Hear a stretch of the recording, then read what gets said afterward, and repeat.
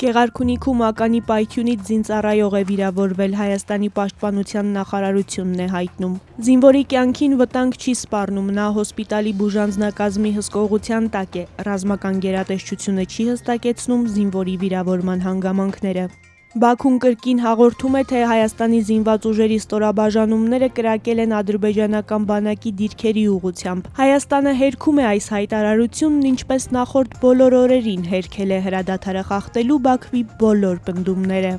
Սրան զուգահեռ Ադրբեջանի նախագահ Ալիևն է հայտարարում, պատրաստ են փոքրիկ քայլեր անել խաղաղությունն ամրապնդելու համար, բայց նորից հիշեցրել է, որ խաղաղության պայմանագրի ստորագրման համար ինքը պահանջներ ունի Հայաստանից, այդ թվում երկրի սահմանադրության փոփոխությունը։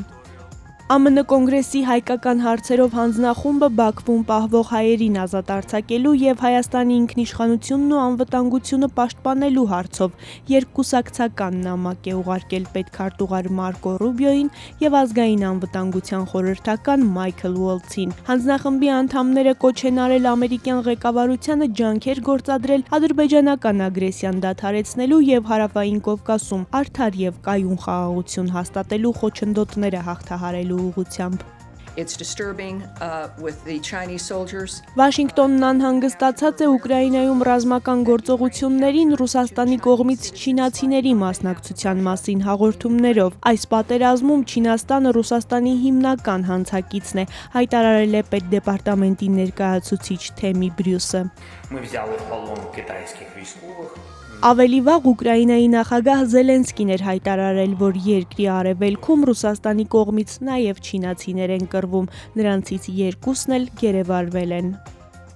Ազատ ոճի իմշամարտիկ Արման Անդրեասյանն արծաթե մեդալ է նվաճել Եվրոպայի առաջնությունում։ Հայաստանի մյուս ներկայացուցիչ Վազգեն Թևանյանը բրոնզ է նվաճել։ Եվրոպայի քառակի չեմպիոն, աշխարհի առաջնության եռակի բրոնզե մեդալակիր Արսեն Հարությունյանն էլ դուրս է եկել եզրափակիչ և այսօր 5-րդ չեմպիոնության համար կպայքարի։